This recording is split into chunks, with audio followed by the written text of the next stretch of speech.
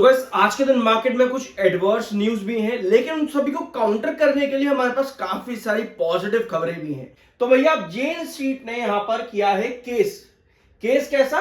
Appellate tribunal के सामने यहां पर केस रखा है कि भैया सेबी ने हमारे ऊपर जिस भी तरीके से पेनल्टी लगाई है, आप उनकी रिपोर्ट्स हमको दे दो। ठीक है, आप जो भी सेबी ने बोला कि भैया मैनिपुलेशन हम लोगों ने किया है, जो भी एलिगेशन हमारे ऊपर लगाए, उन सभी के हमें रिपोर्ट्स भी अब चाहिए, डॉक्यूमेंट्स भी हमको चाहिए और डाटा भी चाहिए। सेबी ने ये देने से मना कर दिया। ठीक है, जिसकी वजह से जेन स्ट्रीट जो है वो एपिलेट के पास गया है। अब देखना यह है कि आगे यहां पर होता क्या है। तो भैया ये मामला अभी भी पीछा छोड़ा नहीं है कहीं ना कहीं। इसके अलावा बीएसई, एमसीएक्स और बाकी के मार्केट स्टॉक्स के अंदर आपको क्या देखने को मिल रही है? आज के दिन 5% तक की तेजी। ठीक है, गिव मी 1 सेकेंड। यस, ये रहा। Here are possible reasons behind sharp rally। ये तेजी के पीछे के रीजन भैया क्या है? बीएसई आज के दिन ऊपर इसलिए है क्योंकि आपके गोल्ड और सिल्वर के प्राइसेस बढ़ने शुरू हो गए हैं। ठीक है, ये एक रीजन आ जाता है। और अक्टूबर की एक्सपायरी, जो नए कॉन्ट्रैक्ट्स आते हैं, उसके लिए भी आपके पास खबर थी।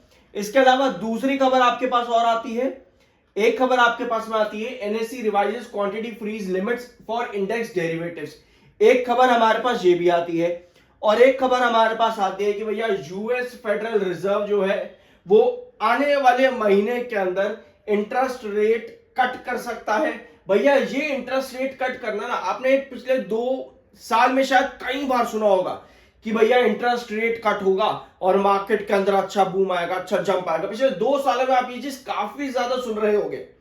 रीजन क्या है इसके पीछे? अगर हम रीजन देखें, क्या यूएसए का इन्फ्लेशन या यूएसए का क्राइसिस जो 2025 में आपने बहुत सुना होगा कि पॉसिबल है यूएसए में ये क्राइसिस और इन्फ्लेशन जैसी चीजें आना, क्या इसी वजह से पिछले 2 साल से हम रेट कट्स बहुत ज्यादा सुन रहे हैं कि भैया यूएस रेट कट कर दे तो मजा आ जाएगा मार्केट को?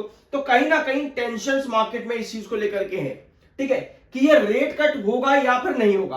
अब आप कहोगे यार मार्केट आज के दिन थोड़ा सा नीचे है, रीजन टेंशन इस चीज की है कि भैया ये रेट कट होगा या नहीं होगा। टेंशन इस चीज की भी है कि भैया टैरिफ्स को आगे एस्केलेशन मिलेगा या नहीं मिलेगा, क्योंकि डोनाल्ड ट्रंप भाई साहब फिर कह चुके हैं कि भैया हम टैरिफ 2.0 लेकर के आ जाएंगे, जिसमें 100% टैरिफ ही लगा देंगे इंडिया के ऊपर। तो भैया ये सभी टेंशन है, जिसकी वजह से आपका मार्केट 79,800 से उठा तो, और वहां से लगभग 81,800 तक गया भी लगभग, लेकिन कहीं ना कहीं स्टिल मार्केट रिस्ट्रिक्ट हो रहा है आपका दोनों बेसिस पर आने पे, यानी 81,800 और 80,500। ये 2 बेसिस हमारे वापस आने जरूरी है, जो कि नहीं बन रहे हैं। कहीं ना कहीं रेजिस्टेंस मार्केट फेस कर रहा है इन्हीं रीजंस की वजह से, इन्हीं स्पेकुलेशंस की वजह से। देख सकते हो इन्फ्लेशन भी यहां पर एक बड़ा मुद्दा उठ करके आया हुआ है अभी भी यूएस मार्केट्स को लेकर के। ठीक है, चैनल को सब्सक्राइब कर दिया करो, अच्छा लगता है।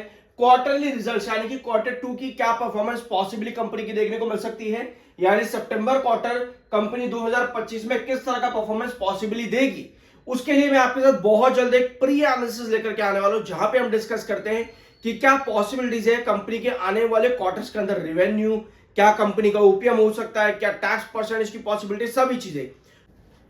सो गाइस, अभी हमने सारी की सारी न्यूज भी देख ली और उन्हें समझ भी लिया, लेकिन एंजल वन लिमिटेड के पिछले वीडियो में हमने क्या डिस्कशन किया था, एक बार उसे देख ले। तो चार्ट पेंट्स पे आपकी क्या कंडीशंस क्रिएट हो रही है अभी 2300 के रेजिस्टेंस पर, समझते हैं यहां पर। तो पिछले वीडियो में हमने क्या चीजें डिस्कस करी थी, एक बार उन्हें यहां पर देख लेते हैं। मिली है 2200 के सपोर्ट जोन से।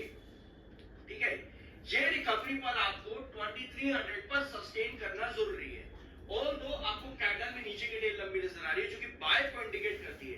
तो हमें ये बायर आने वाले सेशंस के अंदर रेगुलर चाहिए होंगे, फ्रीक्वेंट चाहिए होंगे, हमें स्टेबिलिटी चाहिए 2300 के पास या उसके ऊपर। अगर 2300 को यहाँ पर सस्टेन करके ब्रेकआउट देता है, मतलब कि हम कहीं ना कहीं जाएंगे 2370 के पास में, यानी उस बेसिस पर हम मिड रेजिस्टेंस को ब्रेकआउट कर देंगे। तो हमें चाहिए कि आपके बायर की कैंडल्स पोजीशंस आपको इसी तरह से देखने को मिले 2300 के ऊपर। ठीक है, तो लास्ट वीडियो में हमने डिस्कस किया था कि 2300 पर हमें स्टेबिलिटी चाहिए, जो कि इसका एक मिड रेजिस्टेंस है। उसके बाद में जो आपका क्रूशियल रेजिस्टेंस आता है वो ये वाली रेंज है। अगर आप ये कह रहे होगे कि भैया ये सब तो हो चुका है, तो ये पिछले वीडियो का क्लिप है।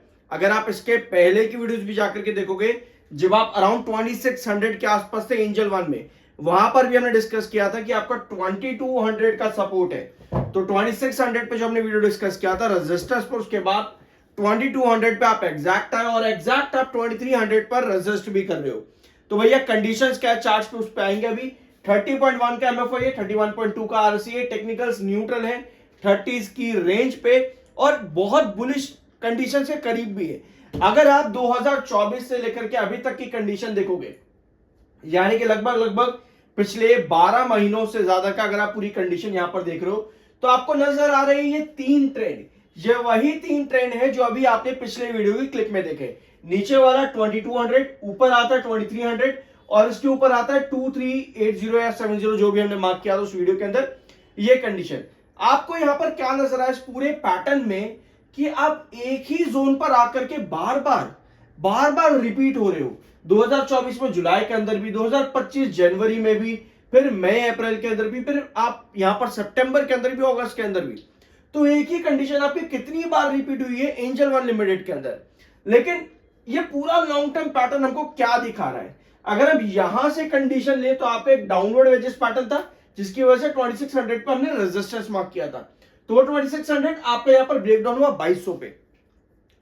अगर हम किसी भी कंपनी में लॉन्ग टर्म के लिए जाना चाहते हैं तो हमें पता होना चाहिए कि उसके पास्ट पैटर्न किस तरह से चले हैं, वरना फिर क्या होता है ना, भैया गिर गया इतना ज्यादा बढ़ भी जाएगा वापस से, पर ये नहीं पता होता हमको कि भैया यहां से अगर बढ़ेगा तो कितना बढ़ेगा, क्या हमें ये सारी कहानी वापस रिपीट होती देखने को मिलेगी, इसकी पॉसिबिलिटी कितनी है, उसके लिए हमको मार्केट को समझना होता है। मार्केट आज 80-500 के पास रेजिस्ट करता देखने को मिला, क्या मार्केट वो स्टेबिलिटी बना पाएगा 80-500 के बेस पे, हमें ये मालूम होना जरूरी है। इसी वजह से अगर आप चार्ट को 30 मिनट टाइम फ्रेम पर रखोगे, ये 1 आवर टाइम फ्रेम का चार्ट है, 1 आवर टाइम फ्रेम पर आपको क्या नजर आ रहा है, सितंबर की शुरुआत से जितने भी अभी तक सेशन यहां पर हुए हैं सितंबर के महीने में, 1 बार 2 बार 3 बार 2300 आपका 3 बार रेजिस्ट हुआ है, बल्कि 3 नहीं 4 बार, 1 बार 2 बार 3 बार 4 बार रेजिस्ट हुआ है। यानी कि 2200 से जो आपकी ये तेजी बनी 2300 तक, वो आपकी 4 बार रेजिस्ट हो चुकी है। तो आपकी क्या बन रही है, ये हैंगिंग सपोर्ट, कहीं ना कहीं स्टेबिलिटी।